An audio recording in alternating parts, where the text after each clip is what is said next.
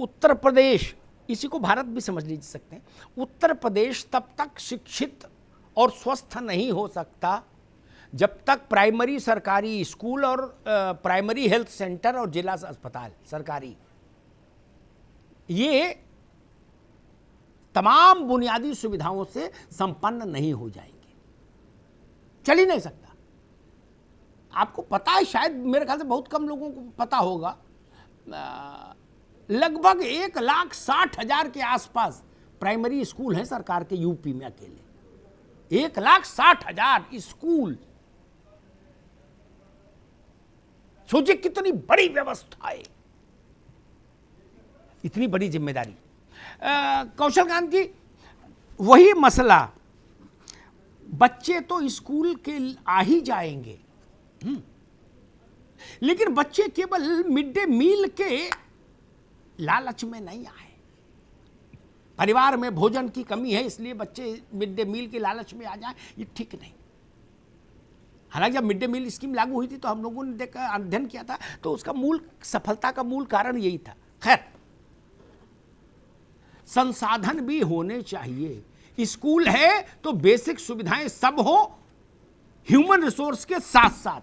और उत्तर प्रदेश में सबसे बड़ी समस्या स्कूल में अध्यापकों की भारी कमी। उसी के लिए धरना है, उसी के लिए प्रदर्शन है, उसी के लिए हंगामा है। अदालतों में मुकदमे धक्के खा रहे हैं। कौशल जी। अमिताभ जी, आप जो बात बोल रहे हैं, मैं किसी बात से इनकार नहीं कर सकता, क्योंकि ये सच्चाई है और ये हकीकत है। फिर भी मैं कुछ चीजें बताना चाहूंगा कि उत्तर प्रदेश में योगी सरकार जब से आई है, अगर मैं थोड़ा सा पहले ले जाना चाहूंगा, क्योंकि जब तक नहीं ले जाऊंगा बता नहीं पाऊंगा। उत्तर प्रदेश में 18,172 करोड़ रुपए का ये अभी तक का जो योगी सरकार के द्वारा पास किया गया उत्तर प्रदेश के इतिहास का सबसे बड़ा बजट है। तो किसी भी क्षेत्र में अगर आपको विस्तार करना है या उसका कायाकल्प करना है, तो आपको सबसे पहले बजट सैंक्शन करना पड़ेगा। बजट सैंक्शन किया गया, ये मैं पिछले बजट की बात बता रहा हूं, ये अभी तक इतना बड़ा बजट नहीं हुआ। इसके पहले जो हमारी सरकार ने किया, मैं ये नहीं कह रहा हूं कि उससे बहुत कुछ बदल गया, लेकिन हर चीज एक दिन में नहीं बदल सकती या एक कार्यकाल में नहीं बदल सकती, हमें सबको ये मानना पड़ेगा। आपने 1,60,000 के आसपास के स्कूल बताए, जिसमें से 1,38,000 स्कूलों के लिए ग्रांट दी गई, जिससे उनका जो सुधारीकरण या कहें कि कायाकल्प, जिसको राजनीतिक लैंग्वेज में बोला जाता है, 3 नए राज्य विश्वविद्यालय बनाए गए, 51 नए राजकीय महाविद्यालय खोले गए। ये लोकल लेवल पे हुआ है। और इसके अलावा 28 इंजीनियरिंग कॉलेज, 26 पॉलिटिकल कॉलेज, 79, मैं ये इसलिए गिना रहा हूं कि हमारी सरकार कोशिश कर रही है। हमें पूरी तरह से जैसा हम चाहते हैं, जैसा मैं भी चाहता हूं कि जैसे मेरे बच्चे को शिक्षा मिले, वैसे हर बच्चे को शिक्षा मिले। पर वो चीज आप भी समझते हैं अमिताभ जी, कमी निकाली जा सकती है, सर चीज मानता हूं मैं, लेकिन वो एक दिन में कोई जादू की छड़ी नहीं है कि हमने घुमाई और पूरा कायाकल्प हो गया। वो केवल फिल्मों में हो सकता है। हकीकत में उसको करने के लिए हमें समय चाहिए। ठीक है कौशल जी, आपकी बात बिल्कुल चाहिए। दुरुस्त, आपकी बात सिर माथे। हम 75 साल की 73 साल की आजादी से यही देख रहे हैं, इसलिए हम एक नया फार्मूला लेके आए। क्या? सरकार के सारे संकट कट जाएंगे। भाई, जब सबको पता होगा कि डीएम साहब का बच्चा जब पढ़ रहा है तो डीएम साहब आएंगे नहीं, उनकी पत्नी आएंगी। कभी कभी बच्चे जब पूछेंगे बेटा टॉयलेट ठीक है, वो कहेगा नहीं वहां सफाई नहीं, तो 10-5 जिबे हो जाएंगे सुबह। आप काहे को अपने ऊपर ले रहे हो? इतनी एक लाइन की व्यवस्था करा दो और फिर गंगा नहाओ। सारे सांसद विधायक, अच्छा हम करें, मान लो अब आपके पास तो सपा छोड़ के बाकी और किसी पार्टी के पास विधायक भी नहीं, एक एक दो है।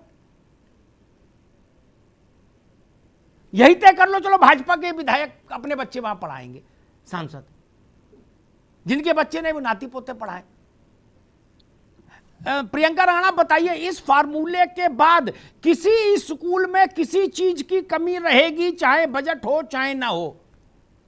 बताइए। बिल्कुल बिल्कुल, और यही जरूरी है। हर विधायक और हर सरकारी अधिकारी, मैं तो कहती हूँ, और सरकारी नौकरियों के अंदर भी ये लिखवा देना चाहिए कि भाई सरकारी नौकरी तब मिलेगी जब आप अपने बच्चों को सरकारी व्यवस्था में ही डालेंगे।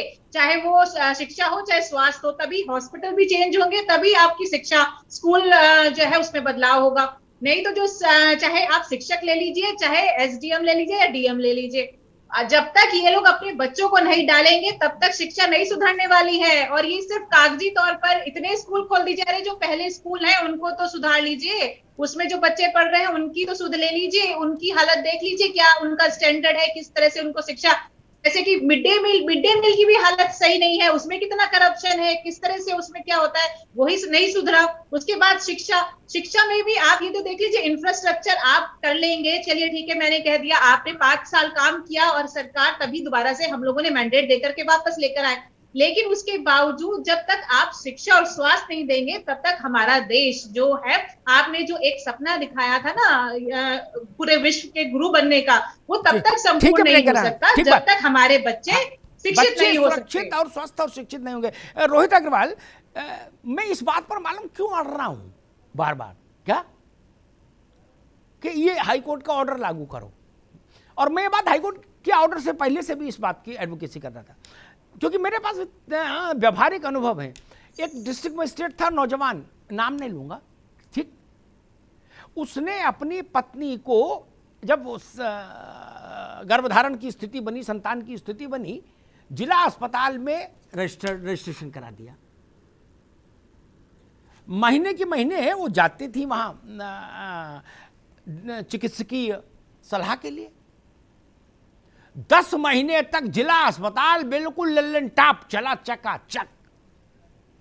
वार्ड बॉय से लेके सीएमओ तक सब लाइन पर, सारे कमरे धुले पुछे, चादर बढ़िया, कहीं कुत्ता नहीं भटक रहा, कहीं कुत्ता नहीं सो रहा स्ट्रेचर पर, सब कुछ झमाझम रहा 10 महीने, क्योंकि सबके दिमाग में था कि अरे भैया ऐसा न हो कि आ जाएं। तो ये जो मैं ताबीज दे रहा हूं, इसको लेने में आप लोग क्यों हिचक रहे हैं अग्रवाल साहब? सारे नेताओं को कहना चाहिए कि यस अमिताभ जी ठीक है, कल से ये लागू कराते हैं। नहीं अमिताभ जी, मैं तो स्वागत कर रहा हूँ आप जो ताबीज दे रहे हैं उसका, मैं तो स्वागत कर रहा हूँ, आज से नहीं बहुत समय से स्वागत कर रहा हूँ। और मैं तो आपके हर उस मुद्दे का स्वागत करता हूँ जो आप सलाह देते हैं। आपकी सलाह पे अगर सरकार चलने लग जाए तो मुझे लगता है कि दोबारा हमारे लिए तो बहुत मुश्किल हो जाएगा इसको हराने के लिए, अगर ये खाली आपकी सलाह खाली ये सुन लिया करे। सच्चाई बता रहा हूं मैं आपको, विपक्ष की आफत आ जाएगी अगर ये आपकी सलाह चलने लग जाए तो। लेकिन समस्या ये है कि इनकी इच्छा शक्ति नहीं है। मैं एक और भ्रष्टाचार उजागर करता हूं अमिताभ जी। देखिए, जो प्राइवेट स्कूलों का भ्रष्टाचार है, इसके कारण भी सरकारी स्कूल पनप नहीं पा रहे हैं, क्योंकि समस्या ये है कि जो प्राइवेट स्कूलों से जो कमीशन खोरी जा रही है इनको, उसकी वजह से उनकी तरफ से स्पेशल डिमांड होती है कि भैया सरकारी स्कूल का कायाकल्प नहीं होना चाहिए। आज भी अमिताभ जी आप जानते होंगे, केंद्र विद्यालय में एडमिशन कराने के लिए कितनी बड़ी सिफारिश लगती है, करीब करीब सरकारी स्कूल है वो। और इन स्कूलों की बदहाली का कारण प्राइवेट स्कूल हैं। लखनऊ के अंदर एक शिक्षा माफिया ऐसा है जिसने एक बहुत बड़ा इंफ्रास्ट्रक्चर बना रखा है, और सरकार का कोई ऐसा अधिकारी नहीं है, सरकार का कोई, मुख्यमंत्री से लेके, मैं खुल के बता रहा हूं आपको, मुझे लगता है प्रधानमंत्री को छोड़ दीजिए, बाकी भारतीय जनता पार्टी का कोई ऐसा नेता नहीं बचा होगा। इसमें मैं संशोधन कर दूं, रोहित एक मिनट, इसमें मैं संशोधन कर दूं। इसमें आपने अंतिम में राजनीति कर दी। पिछले 30 वर्षों में उत्तर प्रदेश का कोई ऐसा मैटर करने वाला, मतलब रखने वाला नेता, रुक जा, नेता नहीं, जहां रोहित इशारा कर रहा है, जहां जाके उसने लड्डू नहीं खाया हो, फीता नहीं काटा किसी पार्टी का। अब जो गई गुजरी पार्टी हो, जिसके नेता की कोई बकते ना हो, उसको तो वो नहीं बुलाते, लेकिन जिसकी जरा सी भी बकत है उसकी फोटो वहां टंगी है। हमारा भी कार्यक्रम होता है तो पहले उसकी तरफ दया दृष्टि की तरफ देखते हैं कि भाई साहब वो हॉल खाली है, वो वाला ऑडिटोरियम, समझ गए होंगे अमिताभ जी आप। और आप स्थिति ये है भाई, सबसे बड़ा जमीन माफिया वो है, उसकी ज्यादातर जमीनों में दिक्कत है, उस पर नहीं चलेगा बुलडोजर, उसके नक्शे नहीं पास हैं, उस पर नहीं चलेगा बुलडोजर।